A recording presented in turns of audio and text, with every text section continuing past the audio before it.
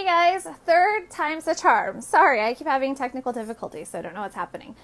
So today I am going to talk to you about my 3 top tips for ensuring that you post to your social media on a regular basis.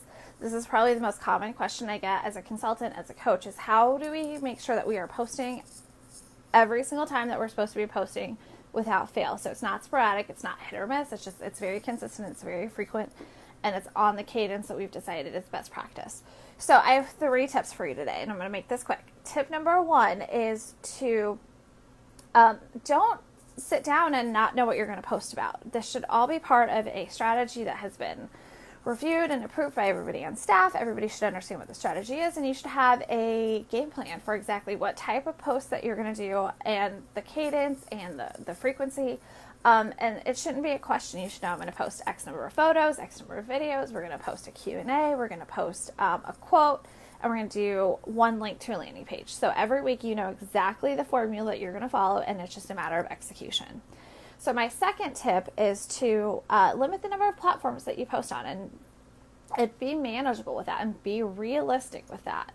So instead of having, a Pinterest and a Snapchat and a LinkedIn and a Google Plus and a Facebook and a YouTube and a Twitter and a Instagram, instead of having all of those platforms and then just being really hit or miss with them, or publishing the same stuff on every single platform at the same time, every single time you publish, be realistic about, okay, I think we can successfully manage 3 platforms, and pick those, and then be really consistent and be really solid about your publishing schedule there. So I'd much rather see a client who has, a couple of platforms and they post religiously to those platforms than a client who has, all the social media apps you can possibly have and have accounts on all the different platforms, but then be really hit or miss and really inconsistent in terms of what you're publishing, your cadence.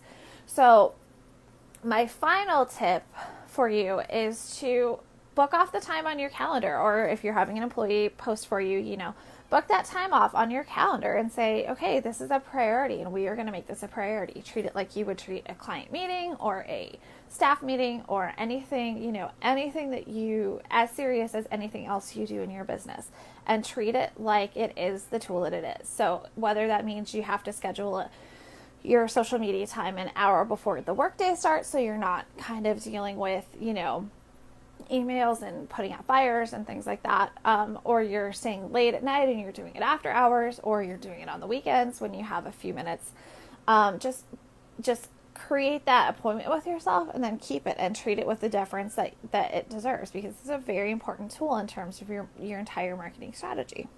So those are my top 3 tips. So first of all, we are going to have a strategy and a game plan in place, so it's not having to reinvent the wheel every single week when it comes to social. Second tip is to limit the number of platforms that you're using and keeping that manageable and consistent. Third tip is to set an appointment, book it off in your calendar, tell people that you're not available during that time, and then keep that appointment. Keep it as consistent as possible.